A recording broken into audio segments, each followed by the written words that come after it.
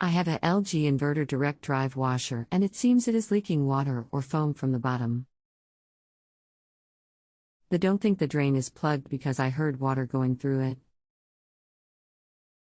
Is there something I should check if this happens? I would like TDIY if it is not something big. Thanks for counting on us to help with your appliance problem. My name is I look forward to helping you. The most common cause of leakage is rips or tears in the front rubber door boot, if the machine is a front-loading type. May I please have your model number so I am able to provide you with accurate, model-specific information? If you have a home improvement or appliance question and want to chat with an expert now, visit JustAnswer.com/YTHI.